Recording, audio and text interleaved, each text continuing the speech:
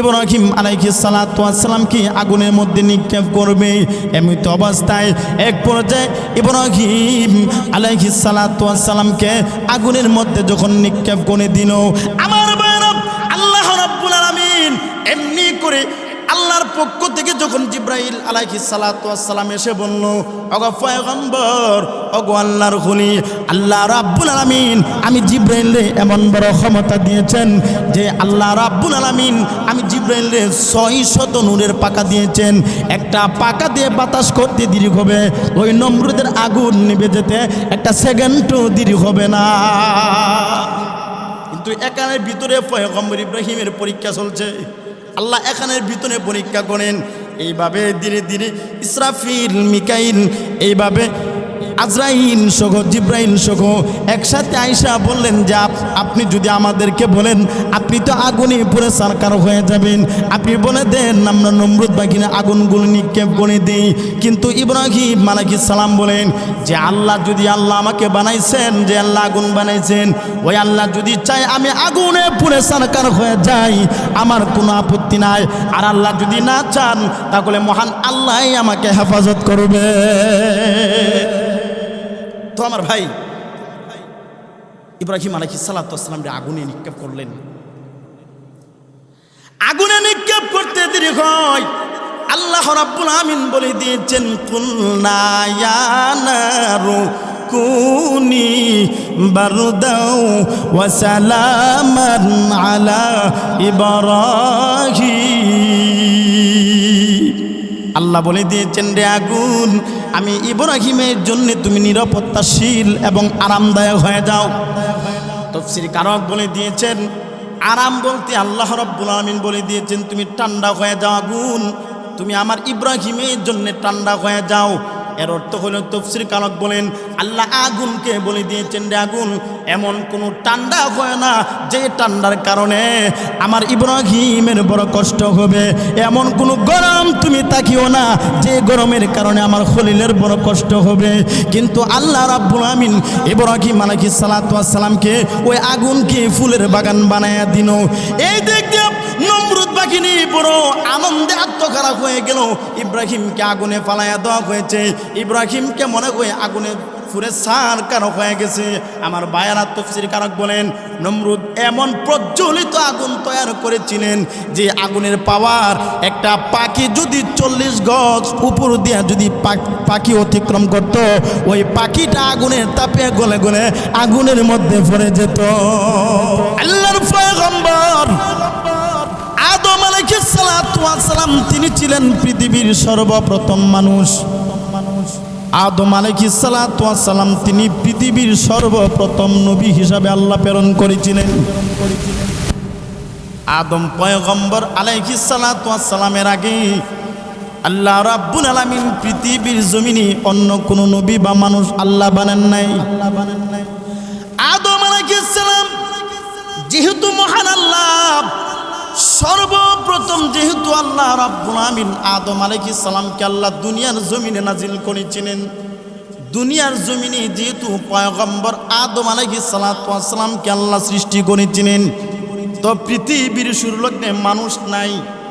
পয়গম্বর আদম এবং হাওয়া দুজন যখন পৃথিবীর জমিনে এসে সংসার শুরু করলেন, আল্লাহ রাব্বুল আমিন পৃথিবীর জমিনের ভিতরে মানুষ সৃষ্টি করার জন্যে, মানুষ বিস্তার লাভ করার জন্যে আল্লাহ রাব্বুল আলামিন পয়গম্বর আদম এবং হাওয়া দুজনের মাধ্যমে আল্লাহ রাব্বুল আলামিন যতবার সন্তান দুনিয়াতে জন্মগ্রহণ করেন, ততবার একজন ভাই এবং একজন বোন, দুইজন যমক ভাই বোন হিসাবে আল্লাহ দুনিয়ার জমিনে সৃষ্টি করেন। এইভাবে পৃথিবীর জমিনে আল্লাহ রাব্বুল আমিন মানুষ যখন বাড়াইতে শুরু করলেন, আদম আলাইহিস সালাতু ওয়াস সালামের শরীয়ত ছিল, আল্লাহ রাব্বুল আলামিন পয়গম্বর আদম আলাইহিস সালাতু ওয়াস সালামকে বলে দিলেন, ও পয়গম্বর আদম শুনে রাখো, আপনার শরীয়ত কোন যেই আপনার বিবির গর্ভ থেকে যে সন্তানরা দুনিয়াতে আগমন করেন, যে ভাই এবং যে বোন আগমন করেন, তারা হলো আপন ভাই, এবং পরবর্তী সময়ে যে সমস্ত সন্তান দুনিয়াতে আগমন করবেন, আগের তরফা এবং পরের তরফার যে সন্তানরা তারা কখনো আপন বই বলে সাব্যস্ত হবে না। এর কারণ কোনো আল্লাহ রাব্বুল আলামিন আপন ভাই এবং বোনের ভিতরে আল্লাহ বিবাহ হারাম করে দিয়েছেন। যেহেতু পরবর্তী সময়ের ভিতরে যে সন্তানরা দুনিয়াতে আগমন করবেন তারা হলো আল্লাহ রাব্বুল আলামিন তাদের বিবাহ আগের ছেলে পরের মেয়ে অথবা পরের মেয়ে এবং আগের ছেলে, এইভাবে আল্লাহ রাব্বুল আলামিন জমিনের ভিতরে বিবাহকে আল্লাহ বৈধ করে দিয়েছেন।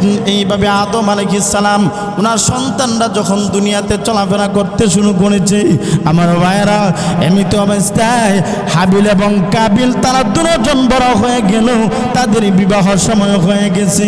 আমার ভাইয়েরা এমনি করে কাবিলের সঙ্গে যে বোন ছিল সেই বোন ছিল বড় সুন্দরী, বড় চমৎকার বোন আল্লাহ নাজিল করেছিলেন। আল্লাহ রাব্বুল আমিন দুনিয়ার জমিনে কাবিলের সঙ্গে যে বোন এসেছিল ওই বোনকে আল্লাহ রাব্বুল আমিন সৌন্দর্য দিয়া দুনিয়াতে বানিয়েছিলেন। এবং হাবিলের সঙ্গে যে বোন ছিল ওই বোন ছিল বড় কালো। এবার শরীয়তের মাসলা হলো হাবিল বিয়ে করবে তার কাবিলের সঙ্গে যে বোন এসেছে সেই বোনকে, এবং কাবিল বিয়ে করবে হাবিলের সঙ্গে যে বোন এসেছে কালো বোন ওই কালো বোনকে। এইভাবে আদম আলাইহিস সালাম যখন তাদেরকে বিবাহের সময় যখন হয়ে গেল, তাদের ভিতরে যখন বিবাহ বন্ধনে যখন আবদ্ধ করার জন্যে আদম আলাইহিস সালাম যখন ঘোষণা দিয়েছেন, এমনি করে কাবিল ডাক দিয়ে বলল, বাবা গো আমি হাবিলের বোন, আমি কালো কুশ্রী মেয়েকে আমি বিবাহ করতে পারবো না। আমার সঙ্গের ভেতরে যে বোন আমার সঙ্গে এসেছি, যে সুন্দর বোন আমার সঙ্গে এসেছি, আমি ওই সুন্দরী বোনকে আমি বিবাহ করতে চাই।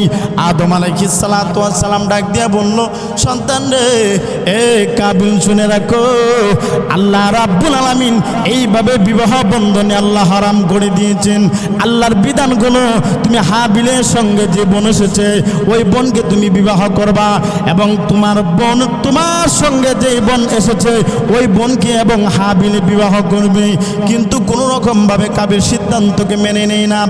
এক পর্যায়ে আদম আলাইহিস সালাম এবার দুজনকে ডাক দিয়া বলল, রে কাবিল তোমরা দুজন কুরবানি করো, যেই কুরবানি আল্লাহর কাছে গ্রহণযোগ্য হবে ওই মানুষের সঙ্গে আমার সুন্দরী মেয়েটাকে বিবাহ দিব। এবার দুজনের সিদ্ধান্ত অনুযায়ী এবার হাবিল এবং কাবিল দুজন যখন কুরবানি দিতে আরম্ভ করলেন, কাবিল সে মেরা দুম্বা লালন পালন করত। এবার মেরা দুম্বাকে একত্রিত করলো। হাবিল যেহেতু কৃষিকাজ করত, বিভিন্ন গম জব্বা বিভিন্ন জিনিস একত্রিত করলো। তৎকালীন যুগে কুরবানি কবুল হয়েছে কি হয়েছে না তার আলামত জানার জন্যে বোঝা যায় যে যার কুরবানি কবুল হয়েছে আল্লাহ রাব্বুল আলামিন আসমান থেকে একটা আগুনের শিখা পাঠাইয়া ওই কুরবানিটাকে আল্লাহ জ্বালায়া পুড়ায়া শেষ কইরা দেয়। আর যার কুরবানি কবুল হবে না, যারটা কবুল হবে না তারটা যেইভাবে ছিল ওইভাবে পড়ে থাকবে। এবার দুই ভাই কুরবানি দিলেন, কিন্তু আল্লাহর কি কুদরত, কাবিলের কুরবানি গ্রহণযোগ্য হইল না, আল্লাহর কাছে কবুল হইল না। আর হাবিল যে কুরবানি দিয়েছিল ওই কুরবানি আল্লাহর কাছে গ্রহণযোগ্য হয়ে গেছে। কিন্তু কাবিল কোনোভাবে সিদ্ধান্ত না মানার কারণে তার ভাই হাবিলকে বলল, ভাই আমি তোকে হত্যা করে ফেলবো, এই সিদ্ধান্ত যদি আমার সিদ্ধান্ত যদি তোমরা না মানো তাহলে আমি তোমাকে হত্যা করে ফেলবো।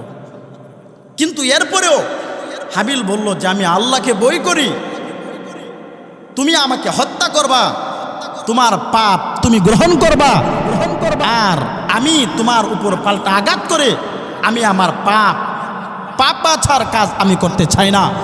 আমি হাসরের দিন একজন খুনির আসামি হয়ে আমি দাঁড়াতে চাই না। শেষ পর্যন্ত কি হইল, এবার কাবিল তার ভাই হাবিলকে হত্যা করে ফেলছে।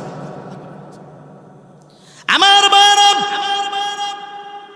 এবার কাবিল তার ভাই হাবিলকে হত্যা করার পরে লাশ মাথায় নিয়ে যখন এদিক সেদিক ঘোরাফেরা করলো, তখন তো তারা পৃথিবীর সর্বপ্রথম মানুষ, পৃথিবীর জমিনের ভিতরে কোনো মানুষ আর মারা যান নাই, কোনো মানুষ মারা যান নাই।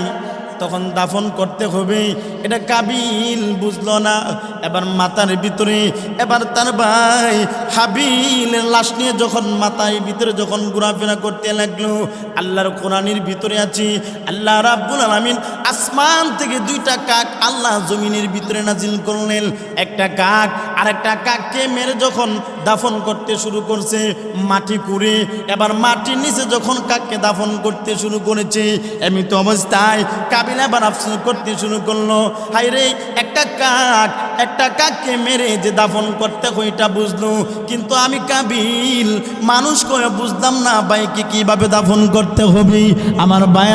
আমার ভাইরা আল্লাহ রাব্বুল আলামিন কেউ বলেছেন এইভাবে আদম আলাইহিস সালাতু ওয়াস সালাম থেকে শুরু হয়েছে কুরবানি, আদম নবী থেকে শুরু হয়েছে কুরবানি। আর কেউ বলেছেন পয়গম্বর ইব্রাহিম আলাইহিস সালাতু ওয়াস সালাম থেকে কুরবানি শুরু হয়েছে। আদম আলাইহিস সালাতু ওয়াস সালাম থেকে যারা বলেছেন যে আদম নবী থেকে কুরবানি সহি, হ্যাঁ তাদের কথা সহি। আর ইব্রাহিম আলাইহিস সালাতু ওয়াস সালাম থেকে যে কুরবানি এটাও সহি, কারণ আদম আলাইহিস সালাতু ওয়াস সালামের যে পদ্ধতির কুরবানি আর আমাদের যুগে যে পদ্ধতির কুরবানি, এটা হচ্ছে হযরত ইব্রাহিম আলাইহিস সালাতু ওয়াস সালামের সুন্নাত, সুন্নাতা আবিকুম ইব্রাহিম আলাইহিস সালাতু ওয়াস সালাম।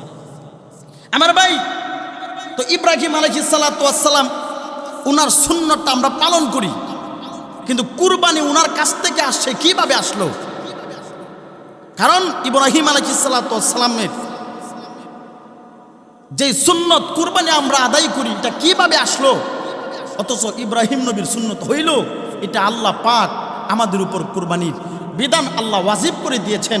কি এমন এক আমল করেছে যে আমলের কারণে আল্লাহর কাছে গ্রহণযোগ্য এমনভাবে গ্রহণ হয়েছে, পরবর্তী নবী মুহাম্মদুর রাসূলুল্লাহ সাল্লাল্লাহু আলাইহি ওয়াসাল্লামের উম্মত কিয়ামত পর্যন্ত যত উম্মত আসবে, আল্লাহ রাব্বুল আলামিন আল্লাহ পাক যাদের উপরে কুরবানির বিধান, যাদের নেশাব পরিমাণে মাল হয়েছে, আল্লাহ তাআলা তাদের উপরে আল্লাহ কুরবানিকে ওয়াজিব করে দিয়েছেন। কি এমন একটা আমল যে আমল ইব্রাহিম নবীর আমলটা আমরা পালন করি? আমার ভাই, এটা লক্ষ্য করতে হবে। আল্লাহ তাআলা ইব্রাহিম আলাইহিস সালাতু ওয়াস সালাম রে একটা না দুইটা না বহু পরীক্ষা আল্লাহ করেছেন। কেন করেছেন? যার নাম হযরত ইব্রাহিম খলিলুল্লাহ আলাইহিস সালাতু ওয়াস সালাম। আল্লাহ তাআলা অনেকগুলা পরীক্ষা করেছেন। কেন করেছেন? দেখেছেন ইব্রাহিম খলিলুল্লাহ, উনাকে যে খলিল উপাধি দেওয়া হয়েছে, আসলে কি যে খলিল আল্লাহর সন্তুষ্টি কামনার জন্যে, আল্লাহর নৈকট্য হাসিলের জন্যে, আল্লাহর বিধিবিধান মানে কি মানে না, এই জন্য আল্লাহ সময়ে সময়ে সুযোগে সুযোগে আল্লাহ কঠিন কঠিন পরীক্ষা আল্লাহ হযরত ইব্রাহিম আলাইহিস সালাতু ওয়াস সালামকে করেছেন। আমার ভাইরা, ইব্রাহিম আলাইহিস সালাতু ওয়াস সালাম উনি পৃথিবীর জমিনের ভিতরে যখন আগমন করবেন, আল্লাহ রাব্বুল আলামিন ইব্রাহিম আলাইহিস সালাতু ওয়াস সালামকে পৃথিবীতে পাঠাবেন। এমতি অবস্থায় যে নমরুদ বাহিনী ছিল, ওই নমরুদ বাহিনী একজনের স্বপ্নে দেখেছে এমন একজন মানুষ দুনিয়ার জমিনে আল্লাহ প্রেরণ করবেন, নমরুদের খুদাগিরিত্ব দূর করে দিবে, নমরুদের ক্ষমতাকে তছনছ করে ভেঙে দিবে, চুরমার গণে দিবে। এবার নমরুদ বাহিনী সিদ্ধান্ত নিল, আজকের পর থেকে যদি কোনো সন্তান দুনিয়াতে আগমন করে তাদেরকে জবাই করে দিবা। এমনকি তৎকালীন যুগে নমরুদ এমন সিদ্ধান্ত নিল, স্বামী স্ত্রী পর্যন্ত একসাথে থাকতে পারে না, স্বামী স্ত্রীকে আলাদা আলাদা করে দিয়েছে, তার নেতা কর্মীকে এলাকা এলাকা যখন পাঠিয়ে দিয়েছে, কারণ স্বামী স্ত্রী একসাথে থাকলেই তো এই সন্তান দুনিয়াতে জন্মগ্রহণ করবে। দেখেন কতটা খারাপ হইলে নমরুদ এমন জঘন্য কাজ করতে পারে, এমন জঘন্য কাজ করতে পারে নমরুদ। কিন্তু আল্লাহ বলেন, আমি আল্লাহর মায়ের বুঝো নাই নমরুদ, আমি আল্লাহ যদি কাউকে পাঠাই তোমার বাপেরও কোনো ক্ষমতা নাই আমি আল্লাহর ক্ষমতায় হাত দেওয়ার। আল্লাহ বলেন, আমি ইব্রাহিম আলাইহিস সালাতু ওয়াস সালামকে পাঠাবো, তবে নমরুদ তোর কাছের ব্যক্তি, সবচেয়ে কাছের, ওই কাছের ব্যক্তির মাধ্যমে আমি ইব্রাহিমকে পাঠাবো। বহু অসংখ্য অগণিত ছোট ছোট বাচ্চাদেরকে যারা জন্মগ্রহণ করেছেন তাদেরকে হত্যা করা হয়েছে, স্বামী স্ত্রীকে আলাদা করা হয়েছে, কারণ স্বামী স্ত্রী একসাথে থাকলেই তো দুনিয়াতে স্বামী স্ত্রী হ্যাঁ, মিলামেশার মাধ্যমে আল্লাহ দুনিয়াতে সন্তান পাঠাবেন, দুনিয়াতে মানুষ সৃষ্টি করবেন। তাই দুনিয়াতে যাতে করে মানুষ সৃষ্টি না হয়, দুনিয়াতে কোনো বাচ্চার জন্ম না হয়, এই জন্য স্বামী স্ত্রী দুইজনকে আলাদা আলাদা করে দিয়েছে। যারা একসাথে করেছে তাদেরকে গ্রেফতার করে নমরুদ শাস্তি দিতে শুরু করছে। কিন্তু আল্লাহ বলে দিয়েছেন, রে নমরুদ, ও নমরুদ, তুই পেরেশানি করিস না, কারণ গোলামি আল্লাহ যখন পাঠাবো তোর কোনো বাপেরও ক্ষমতা নাই। আমি আল্লাহর ক্ষমতার ভিতরে তুই হাত দিবি, তোর বাপের কোনো ক্ষমতা নাই। কিন্তু আল্লাহ রাব্বুল আমিন এমন একজনের গড়ে আল্লাহ পয়গম্বর ইব্রাহিম আলাইহিস সালাতু ওয়াস সালামকে পাঠাইলেন, যে ছিল নমরুদের সবচেয়ে কাছের মন্ত্রী। ইব্রাহিম আলাইহিস সালাতু ওয়াস সালামের বাবার নাম হলো আজর ঠাকুর। কি ঠাকুর? আজর ঠাকুর। এই আজর ঠাকুর ছিল সবচেয়ে কাছের মন্ত্রী। সব মানুষ বিচ্ছিন্ন। আজর ঠাকুরে নমরুদকে বলল, খুদা মানছে নমরুদকে। এবার সিদ্ধান্ত নিল যে আমরা স্বামী স্ত্রী একসাথে থাকলে কিছু হইতো না। কেন? আমি তো আমার দ্বারা যদি কোনো সন্তান দুনিয়াতে আসে তো হের বাপ হইতো আপনার খুদা মানে, তো হেমন্ত না। কিন্তু এরপরেও তারা নমরুদ কথাটা ঠিক হইতেছে। আল্লাহ তাআলা আজর ঠাকুরে ঘরে ইব্রাহিম আলাইহিস সালাতু ওয়াস সালামকে পাঠাই দিলেন। আমার ভাই একটু লক্ষ্য করে তাকায় দেখেন, ইব্রাহিম আলাইহিস সালাম, আল্লাহ রাব্বুল আলামিন ইব্রাহিম আলাইহিস সালাতু ওয়াস সালামের চলাফেরা খুবই একা একা চলাফেরা করেন। ওই নমরুদ বাহিনীর সাথে কোনো মিলে না, নমরুদ বাহিনীর সাথে কোনো মিলামিশা করেও না। এমনিতে অবস্থায় একদিন নমরুদ এবার ইব্রাহিম আলাইহিস সালাতু ওয়াস সালামকে দাওয়াত দিলেন তাদের বিভিন্নভাবে বিভিন্ন মেলায় যাওয়ার জন্যে। কিন্তু ইব্রাহিম আলাইহিস সালাতু ওয়াস সালাম তিনি বললেন, আমি হইলাম অসুস্থ, আমি যেতে পারবো না। আমার ভাইয়েরা, কেন অসুস্থ বললেন এর হলো আরেকটা কথা, কিন্তু আমি যেই জিনিসটা বোঝাতে চাই, আল্লাহ রাব্বুল আমিন সময়ে সময়ে সুযোগে সুযোগে আল্লাহ রাব্বুল আমিন ইব্রাহিম আলাইহিস সালাতু ওয়াস সালাম রে কত বড় বড় পরীক্ষা করেছিলেন। আমার ভাইয়েরা, ইব্রাহিম আলাইহিস সালাতু ওয়াস সালাম তিনি একা একা থাকেন, কারোর সঙ্গে চলাফেরা করে না, একা একা আমার আল্লাহর সান্নিধ্য লাভ করেন। একদিন যখন নমরুদ বাহিনী যখন তারা মেলার ভিতরে চলে গেল, মেলাতে যাওয়ার পরে ইব্রাহিম আলাইহিস সালাতু ওয়াস সালামকে দাওয়াত দিল, কিন্তু পয়গম্বর ইব্রাহিম আলাইহিস সালাম দাওয়াত তিনি গ্রহণ করলেন না। দাওয়াত গ্রহণ না করার পরেও তারা যখন মেলায় চলে গেছে, এই দিকটা পয়গম্বর ইব্রাহিম আলাইহিস সালাতু ওয়াস সালাম তাদের যে মন্দিরখানা গির্জা, ওই গির্জার ভিতরে ঢুকে 360টা মূর্তি ভেঙ্গে চুরে চুরমার করে দিয়েছে। ইব্রাহিম আলাইহিস সালাতু ওয়াস সালাম তিনি তার যে বাহিনী, তিনি যে নমরুদ বাহিনী এই সুযোগে যখন চলে গেলেন, আর এই দিকটা ইব্রাহিম আলাইহিস সালাম মন্দিরগুলোকে ভেঙ্গে দিলেন। কিন্তু ভাঙ্গার পরও সবচেয়ে বড় যে ঠাকুরটা ছিল, সবচেয়ে বড় যে দেবতাটা ছিল, দেবতার নাকটা ভেঙ্গে কুড়ালটা মাথার মধ্যে রাইখা ইব্রাহিম আলাইহিস সালাতু ওয়াস সালাম চলে আসলেন। ইব্রাহিম আলাইহিস সালাতু ওয়াস সালাম চলে আসলেন, তারা আয়েশা দেখেন অবস্থা তো খুব খারাপ, কে বাংলো রে? তারা বুঝতে বাকি রইল না এটা ইব্রাহিমের কাজ, তারা এই জিনিসটা বুঝতে বাকি রইল না। কিন্তু এরপরে নমরুদ সিদ্ধান্ত নিল যে ইব্রাহিম আমাদের মন্দির ভাঙতে পারে, সে আমাদের ক্ষমতাকে তছনছ করেও দিতে পারে, সুতরাং আমরা ইব্রাহিমকে আর দুনিয়াতে বাঁচতে দিব না, আগুন দিয়ে পুরো ছারখার করে দিব।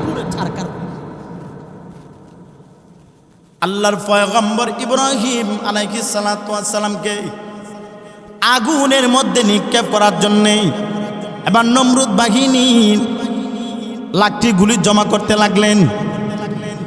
লাকড়িগুলো জমা করতে করতে ইব্রাহিম আলাইহিস সালাতু ওয়াস সালামকে আগুনের মধ্যে নিক্ষেপ করবেন। দেখেন, যারা দুনিয়াতে কাফের বেঈমান কয়, একজন মানুষকে ফুটতে এতগুলা লাকড়ি লাগে না, এত বড় বিশাল আগুন জ্বালানোর কোনো প্রয়োজন পড়ে না। কারণ আসলে বাতিল তো সবসময় ভীতু, বাতিল সবসময় কি ভীতু। ইব্রাহিম আলাইহিস সালাতু ওয়াস সালামকে আগুনের ভিতরে নিক্ষেপ করা হবে। এই দিকটা নমরুদ বাহিনী বিশাল বড় এক বাউন্ডারি দিল, বাউন্ডারির ভিতরে অনেকগুলা লাকড়ি গুনে একসাথে করে আগুন জ্বালাইয়া ইব্রাহিম আলাইহিস সালাতু ওয়াস সালামকে নিয়ে গেলেন। এবার নেওয়ার পর ইব্রাহিম আলাইহিস সালাতু ওয়াস সালামকে আগুনের মধ্যে নিক্ষেপ করবে। এমতো অবস্থায় এক পর্যায়ে ইব্রাহিম আলাইহিস সালাতু ওয়াস সালামকে আগুনের মধ্যে যখন নিক্ষেপ করে দিল, আমার ভাইরা, আল্লাহ রাব্বুল আলামিন এমনি করে আল্লাহর পক্ষ থেকে যখন জিব্রাইল আলাইহিস সালাতু ওয়াস সালাম এসে বলল, ওগো পয়গম্বর, ওগো আল্লাহর খলি, আল্লাহ রাব্বুল আলামিন আমি জিব্রাইলকে এমন বড় ক্ষমতা দিয়েছেন যে আল্লাহ রাব্বুল আলামিন আমি জিব্রাইলকে 600 নূরের পাকা দিয়েছেন। একটা পাকা দিয়ে বাতাস করতে দেরি হবে, ওই নমরুদের আগুন নিভে যেতে একটা সেকেন্ডও দেরি হবে না। কিন্তু এখানের ভিতরে পয়গম্বর ইব্রাহিমের পরীক্ষা চলছে। আল্লাহ এখানের ভিতরে পরীক্ষা করেন। এইভাবে ধীরে ধীরে ইসরাফিল, মিকাইল, এইভাবে আজরাইল সহ জিব্রাইল সহ একসাথে আইসা বললেন যে আপনি যদি আমাদেরকে বলেন, আপনি তো আগুনে পুরে সরকার হয়ে যাবেন, আপনি বলে দেন আমরা নমরুদ বাগিনা আগুনগুলো নিক্ষেপ করে দিই। কিন্তু ইব্রাহিম আলাইহিস সালাম বলেন যে আল্লাহ যদি আল্লাহ আমাকে বানাইছেন, যে আল্লাহ আগুন বানাইছেন, ওই আল্লাহ যদি চায় আমি আগুনে পুরে সরকার হয়ে যাই, আমার কোনো আপত্তি নাই। আর আল্লাহ যদি না চান তাহলে মহান আল্লাহই আমাকে হেফাজত করবে। তো আমার ভাই ইব্রাহিম আলাইহিস সালাতু ওয়াস সালাম আগুনে নিক্ষেপ করলেন। আগুনে নিক্ষেপ করতে দেরি হয়, আল্লাহ রাব্বুল আমিন বলে দিয়েছেন, কুলনা ইয়া নারু কুনি বারদাও ওয়া সালামান আলা ইব্রাহিম। আল্লাহ বলে দিয়েছেন, রে আগুন, আমি ইব্রাহিমের জন্য তুমি নিরাপত্তাশীল এবং আরামদায়ক হয়ে যাও। তাফসীর কারক বলে দিয়েছেন, আরাম বলতে আল্লাহ রাব্বুল আমিন বলে দিয়েছেন তুমি ঠান্ডা হয়ে যাও আগুন, তুমি আমার ইব্রাহিমের জন্য ঠান্ডা হয়ে যাও।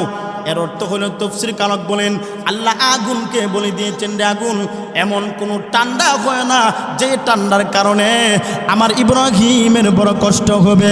এমন কোনো গরম তুমি তাকিও না যে গরমের কারণে আমার খলিলের বড় কষ্ট হবে।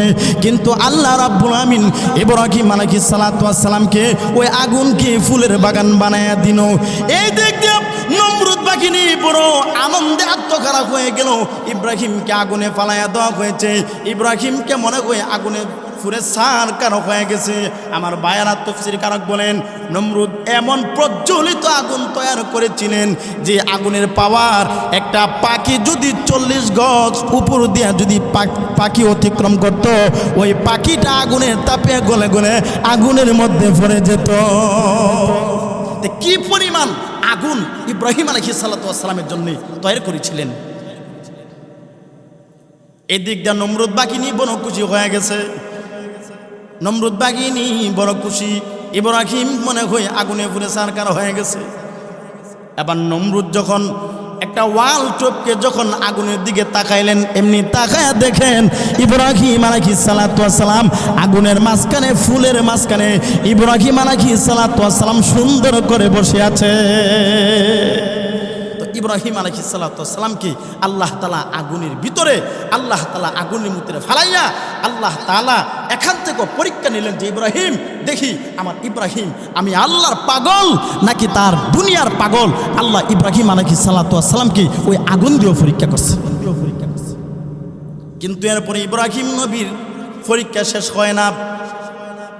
আমার ভাইরা, আল্লাহ রাব্বুল আলামিন ইব্রাহিম আলাইহিস সালাতু ওয়াস সালামকে 86 বছর পর্যন্ত আল্লাহ কোনো সন্তান দেন নাই।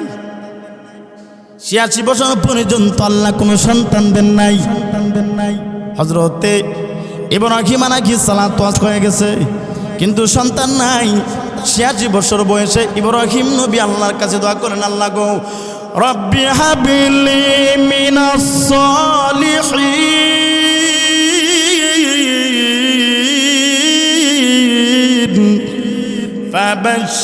ফাবাশশারনাহু বিগুলামিন হালিম। আল্লাহর কাছে দোয়া করলেন, প্রভু গো আমার আপনি একজন নেককার সন্তান দেন, নেককার একজন সন্তান আমারে দেন। ইব্রাহিম নবী 86 বছর বয়সে আল্লাহর কাছে দোয়া করলেন, প্রভু গো এতদিন পর্যন্ত আমি সন্তান হারা বৃদ্ধ হয়ে গেলাম, আল্লাহ আমারে তুমি একজন সন্তান দাও, কিন্তু নেককার সন্তান দাও। আল্লাহ রাব্বুল আলামিন ইব্রাহিম আলাইহিস সালাতু ওয়াস সালামের মুনাজাত আল্লাহ কবুল করলেন। কবুল করে আল্লাহ পাক হযরত ইব্রাহিম আলাইহিস সালাতু ওয়াস সালামের সুসংবাদ দিলেন, ফাবাশশারনাহু বিগুলামিন হালিম।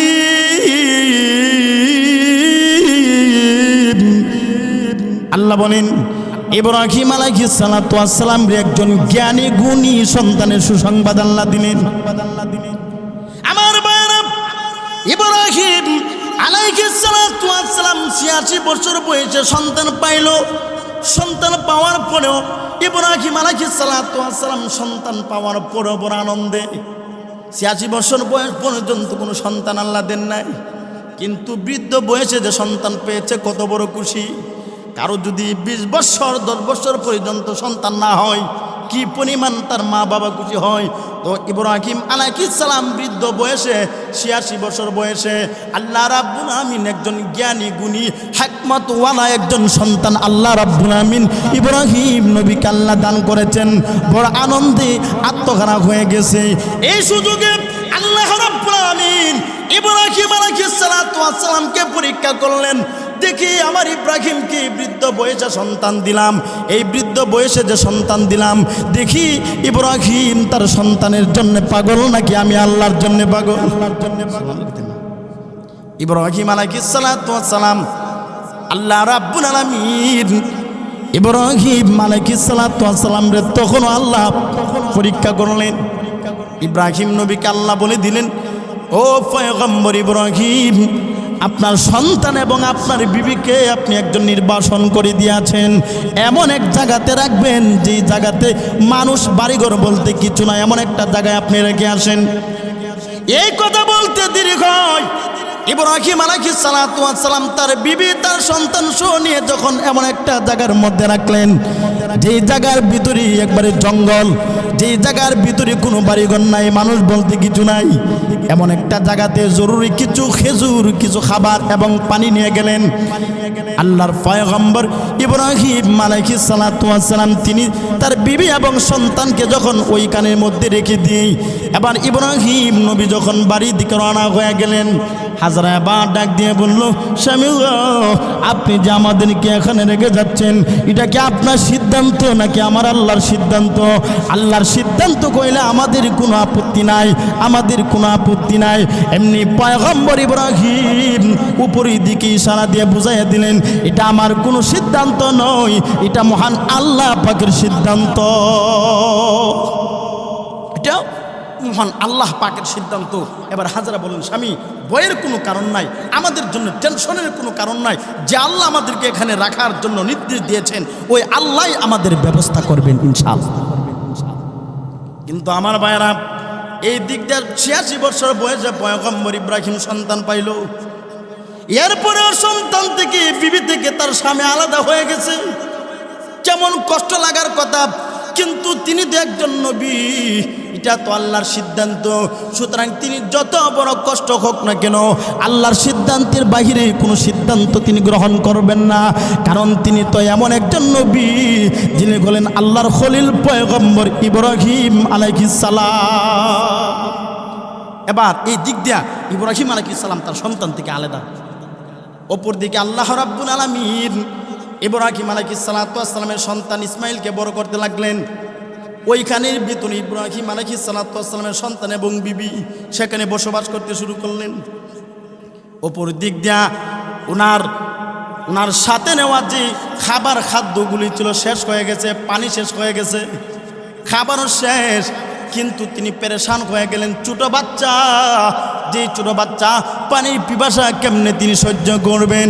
কিন্তু হাজারা এই সুযোগে পানি আনার জন্য একবার সাফার দিকে দৌড় দিই, আবার সাফা থেকে মারওয়ার দিকে আসে।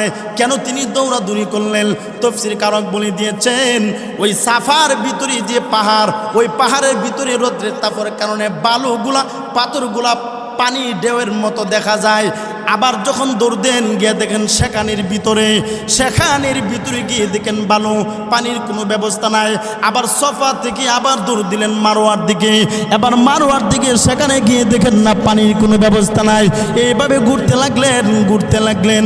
আমার ভাইয়েরা আজও পর্যন্ত ওই যে হাজরাতে দৌড়াদৌড়ি করেছেন, এই দৌড়াদৌড়ি মহান আল্লাহ এমন পছন্দ হয়ে গেছে, আল্লাহ পরবর্তী উম্মতি মুহাম্মদীদের জন্য ওই সাফা মারওয়া জানা যায় তারা দৌড় দিতে বাধ্য হয়। কি পরিমাণ কষ্ট! সাফা পাহাড় এবং মারওয়া পাহাড়, একটা মহিলা মানুষ দৌড়াদৌড়ি করেছেন তার সন্তানের জন্য।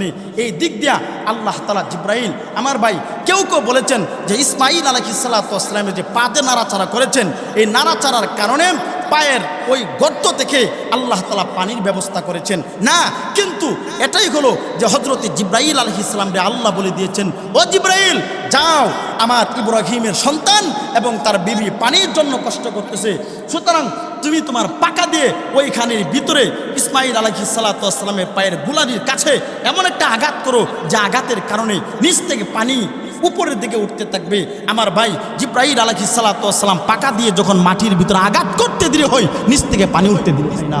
এটার নাম হচ্ছে জমজম কূপের পানি। এটা আল্লাহ তাআলা এমন বরকত দিয়েছেন, আজও পর্যন্ত এখান থেকে সারা বিশ্বের মানুষ পানি পান করলেও এক ফোঁটা পানি কিন্তু কমে না, এক ফোঁটা পানিও পর্যন্ত কমে না। আল্লাহ পাক কি পরিমাণ বরকত এই জমজম কূপে দিয়েছেন। কোনো মানুষ যেই নিয়ত করে পানি পান করে, এই পানি পান করলে যেই নিয়ত করে আল্লাহ তাআলা ওই নিয়তের উপরে বরকত করে। কেউ যদি রোগের শেফার জন্য পানি খায়, আল্লাহ তার রোগ থেকে শেফা দান করে। তো কি বরকতের পানি জমজম কূপের পানি। আমার ভাই আল্লাহ পাক পছন্দ করলেন, আল্লাহ রাব্বুল আলামিন এটা এমন একটা আমল তিনি পছন্দ করলেন, কিন্তু এরপরও আল্লাহ পরীক্ষায় ইব্রাহিম আলাইহিস সালাতু ওয়াস সালাম পাশ করলেন। এবার ইসমাঈল আলাইহিস সালাতু ওয়াস সালাম এবং ইব্রাহিম আলাইহিস সালাতু ওয়াস সালামকে বললেন, তুমি তোমার সন্তান এবং তোমার বিবিকে তোমার কাছে নিয়ে আসো। এবার কাছে নিয়ে আসলেন, আসার পরে দেখেন মাশাআল্লাহ সন্তান বড় হয়ে গেছে। সন্তান চলাফেরা করতে আব্বা আব্বা ডাকতে শিখে। এতদিন পর্যন্ত সন্তান নাই, তারপরও আবার সন্তান হয়েছে, সন্তান থেকে আলাদা, আবার সন্তান বড় হয়ে গেছে। কিন্তু যখন আব্বা আব্বু বলে ডাকা শিখছে, তখন ইব্রাহিম আলাইহিস সালাম সন্তানের প্রতি একটা মহব্বত ডাকা শুরু হয়েছে। এখন আগের চেয়ে মহব্বত বাড়ছে না কমছে? কথা বলেন, বাড়ছে না কমছে? বাড়ছে। সুতরাং আল্লাহ পাক এখানেও ইব্রাহিম আলাইহিস সালামকে একটা পরীক্ষা করলেন, দেখি তার সন্তানের প্রতি মহব্বতটা বেশি না আমি আল্লাহর জন্য মহব্বত বেশি। আমার ভাইরা, ইব্রাহিম আলাইহিস সালাতু ওয়াস সালাম আল্লাহ রাব্বুল আলামিন পরীক্ষা নেওয়ার জন্য পয়গম্বর ইব্রাহিম আলাইহিস সালাতু ওয়াস সালামকে আল্লাহ স্বপ্নে দেখালেন, ও ইব্রাহিম তুমি তোমার সবচেয়ে প্রিয় বস্তুটাকে কুরবানি করো।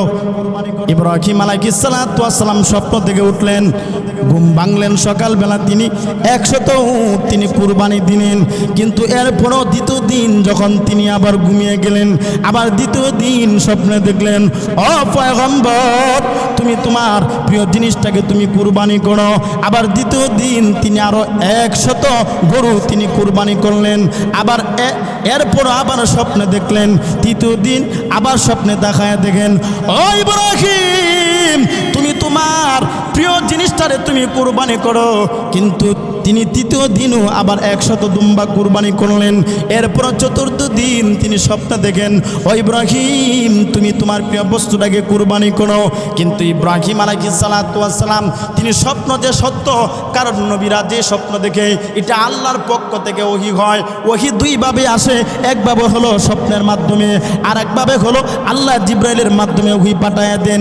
ইব্রাহিম আলাইহিস সালাম তিনি আর বুঝতে বাকি রইলেন না। আমি 3 দিন পর্যন্ত কুরবানি করলাম, এই কুরবানি আল্লাহর দরবারে গ্রহণযোগ্য হয় না।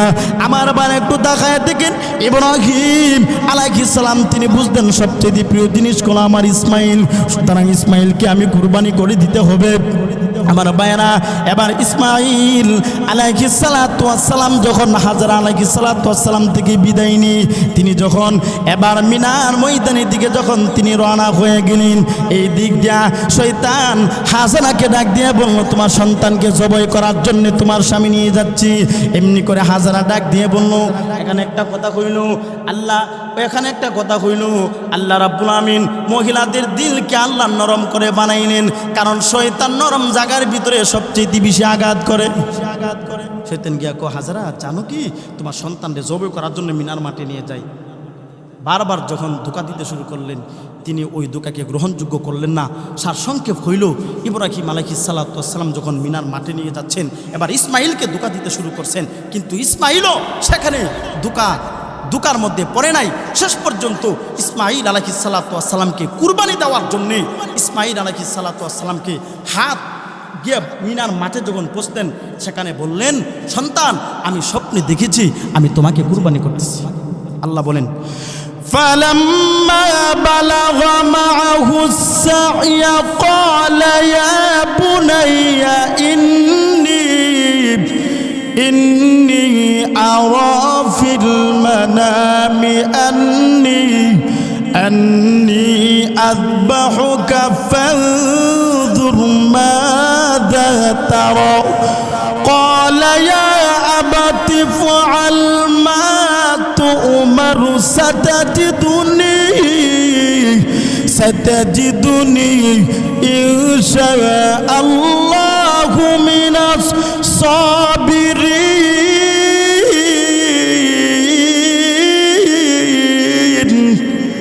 আল্লাহ রাব্বুল আমিন ডাক দিয়া বললেন, ইব্রাহিম আলাইহিস সালাম তখন তার সন্তান ইসমাইলকে ডাক দিয়া বললেন, রে সন্তান আমি স্বপ্নে দেখেছি তোমাকে কুরবানি করেছি। আমার ভাইরা একটু তাকায় দেখেন, এমনি ইসমাইল আলাইহিস সালাতু ওয়াস সালাম এবং তিনি তো হলেন সুসন্তান, ওনাকে আল্লাহ রাব্বুল আমিন একজন নবী বানাবেন, এই জন্য আল্লাহ রাব্বুল আমিন এমন একজন সুসন্তান আল্লাহ বানালেন, হিকমতওয়ালা নবী বানালেন, জ্ঞানওয়ালা নবী আল্লাহ রাব্বুল আমিন ইসমাইল আলাইহিস সালামকে বানালেন। এমনি ইসমাইল আলাইহিস সালাম বলেন, ওগো বাবা আপনি যে স্বপ্ন দেখেছেন সেটা আপনি বাস্তবায়ন করুন। এবার ইসমাইল আলাইহিস সালাম তার বাবাকে ডাক দিয়ে বলল, বাবা গো আমি তো আপনার সন্তান, আমাকে যখন আপনি জবাই করবেন, জবাই করার সময় আমার হাত পা গুলা নাড়াচাড়া হওয়া লাগবে, নাড়াচাড়া করা লাগবে। নাড়াচাড়া আমার মনে ইচ্ছায় যদি আপনার মনের অনিচ্ছায় যদি আপনার শরীরের ভিতরে আমার হাত পা লাগে, আমি বেয়াদবি হয়ে যাব, আমি বেয়াদবের দরখাস্ত, আমার বেয়াদবের খাতায় আমার নামটা উঠে যাবে। আমার ভাইরা এমনি ইসমাইল আলাইহিস সালাম ডাক দিয়ে বলল, বাবা গো আমার হাত পা গুলা বেঁধো, এবং বলে দিল, বাবা গো আমার দুইটা চোখকে তুমি কাপড় দিয়ে বেঁধে রাখবা, কারণ আল্লাহ পাকের সন্তুষ্টির জন্যে কিন্তু এই কুরবানি হচ্ছে। আপনি তো আমার বাবা, আপনার সন্তান তো আমি, দুইজন যদি এভাবে চোখের চোখ পরে গো বাবা, আপনার প্রতি একটা মহব্বত ঢুকে যেতে পারে, যে মহব্বত ঢুকে গেলে আল্লাহর দরবারে আমি কেমনে গো আল্লাহর দরবারে দাঁড়াবো, আপনি কেমনে আল্লাহর দরবারে দাঁড়াবেন। এমনি ইসমাইল নবী ডাক দিয়া বললেন, বাবা গো আমার দুইটা চোখ আপনি ভালো করে বেঁধে নেন, এবং আমাকে এইভাবে উফত করে আপনার পিছন দিকে জবে করতে শুরু করলেন, যাতে করে চোখের দিকে চোখ না পড়ে। আমার ভাইরা আল্লাহর উদ্দেশ্য ছিল ইব্রাহিম নবীকে পরীক্ষা করা, ইব্রাহিম আলাইহিস সালাতু ওয়াস সালামকে পরীক্ষা করা ছিল আমার আল্লাহর উদ্দেশ্য, কিন্তু আল্লাহর উদ্দেশ্য হাসিল হয়ে গেছে। আল্লাহ রাব্বুল আমিন যে মুহূর্তে জিবরাইল আলাইহিস সালাতু ওয়াস সালামকে ডাক দিয়ে বললেন, এই দিক দিয়া ইসমাইল আলাইহিস সালাতু ওয়াস সালামের গলার ভিতরে যখন ছুরি যখন লাগায় দিবি, আমার আল্লাহ এই দিক দিয়া জমিনের যত প্রাণী ছিল সবগুলা চিৎকার করতে শুরু করেছে, আকাশের যত ফেরেশতা ছিল সবাই চিৎকার করতে শুরু করেছে, আল্লাহর আরশে আজিম পর্যন্ত কাঁপতে শুরু করেছে। ইব্রাহিম তার সন্তানকে কি এমন একটা কাজ করতেছে। আমার আল্লাহ এমনি জিবরাইলকে ডাক দিয়া বললেন, জিবরাইল আমার উদ্দেশ্য ছিল আমার ইব্রাহিমকে পরীক্ষা করা ছিল আমার উদ্দেশ্য। আমার ইব্রাহিম পরীক্ষায় পাশ হয়ে গেছে, পরীক্ষা উত্তীর্ণ হয়ে গেছে, আমি আমার নবী ইসমাইলের গলার ভিতরে ছুরির আঘাত আমি দিতে চাই না। যাও রে যাও, তাড়াতাড়ি ইসমাইলকে সরায়া জান্নাত থেকে একটা দুম্বা তুমি নিচে ঢুকায়া দাও।